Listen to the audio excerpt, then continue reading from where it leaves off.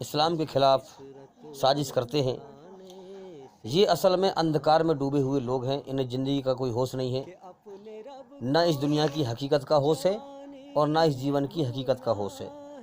یہ ایک ایسے نشے میں گم ہیں، ایسے دھوکے میں گم ہیں کہ جس کا انجام جب زندگی ختم ہوگی تباہی ہوگا، یاد رکھیں۔ تو میں کہتا ہوں کہ اے غافل انسان، اے غافل دنیا میں بھٹکے ہوئے انسان، نکل اس دنیا اور شیطان کے نشے سے باہر، اس سے پہلے کہ تجھے اللہ تعالیٰ موت دے کر اپنی طرف لوٹائے تو پہلے ہی لوٹ جا، موت سے پہلے ہوش میں آ جا۔ تیرا امتحان چل رہا ہے، کوئی کھیل تماشا نہیں ہے، تیرا بنانے والا تیرے ہر کرم کو دیکھ رہا ہے اور سارے کرم لکھے جا رہے ہیں، ان قریب وہ تیرا فیصلہ کرنے والا ہے۔ ہاں، جس نے جیسے کرم کیے ہیں اللہ تعالیٰ فرمائے گا لے، دنیا میں تو نے جو کیا تھا نا، تیرے ایک ایک کرم کا بدلہ ہے، یہ پکڑ ہاتھ میں، اس کو دے دیا جائے گا۔ اب اس کی مکاریاں، اس کے ظلم جاستی، اب تم اپنا پھل پاؤ، جہنم میں جاؤ اور اپنے کرموں کا پھل پاؤ۔ تو یاد رکھیں،